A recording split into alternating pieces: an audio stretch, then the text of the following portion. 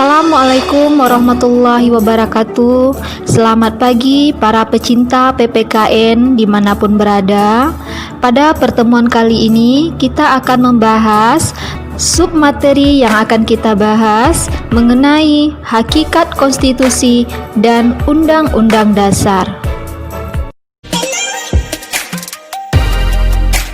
Istilah konstitusi sudah dikenal sejak zaman Yunani kuno, yaitu politeia dan nomia. Dalam bahasa Latin, konstitusi dikenal dengan istilah constitutio atau constituere. Nah, sedangkan dalam bahasa Inggris, istilah konstitusi dikenal dengan constitution. Dalam bahasa Prancis, istilah konstitusi dikenal dengan constituir. Dalam bahasa Belanda, konstitusi dikenal dengan istilah constitutie atau grondwet. Sedangkan dalam bahasa Jerman, konstitusi dikenal dengan Verfassung atau Grundgesetz. Sekarang kita lihat pengertian dari konstitusi dan undang-undang dasar. Menurut Kamus Besar Bahasa Indonesia, konstitusi adalah segala ketentuan dan aturan tentang ketatanegaraan. Konstitusi juga sama artinya dengan undang-undang dasar. Menurut Jimli Asidiki, konstitusi merupakan hukum dasar yang dijadikan pegangan dalam penyelenggaraan negara. Jadi, konstitusi menurutnya bukan undang-undang biasa. Konstitusi tidak ditetapkan oleh lembaga legislatif biasa, tetapi oleh badan khusus dan lebih tinggi kedudukannya.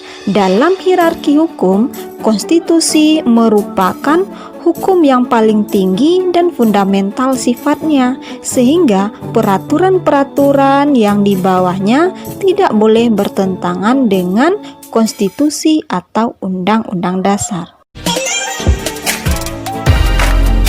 Konstitusi ini pengertiannya dapat kita bagi dua. Yang pertama, konstitusi dalam arti luas. Yang kedua, konstitusi dalam arti sempit.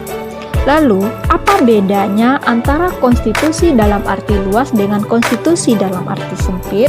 Nah, sekarang kita lihat.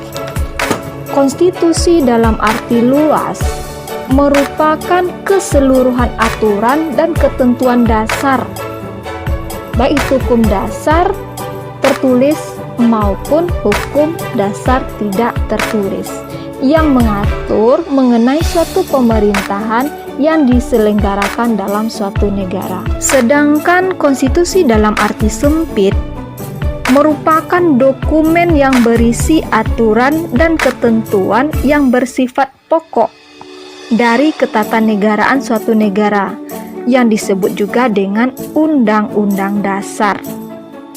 Ya, jadi konstitusi dalam arti sempit itu lebih diartikan sebagai undang-undang dasar. Dari penjelasan pengertian tersebut, dapat kita simpulkan bahwa undang-undang dasar merupakan bagian dari konstitusi dalam arti luas, yaitu konstitusi yang tertulis.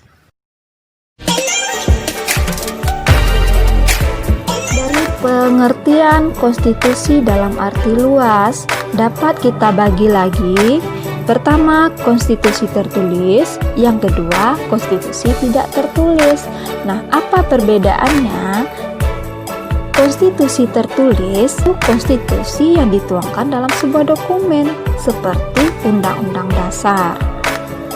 Sementara konstitusi tidak tertulis merupakan konstitusi yang tidak tertuang dalam sebuah dokumen atau dalam sebuah naskah, namun konstitusi ini menjadi kebiasaan dalam ketatanegaraan suatu negara. Nah, kebiasaan di dalam ketatanegaraan sebuah negara ini disebut dengan konvensi. Contoh konvensi dalam Ketatanegaraan Indonesia antara lain pengambilan keputusan di MPR berdasarkan musyawarah untuk mufakat.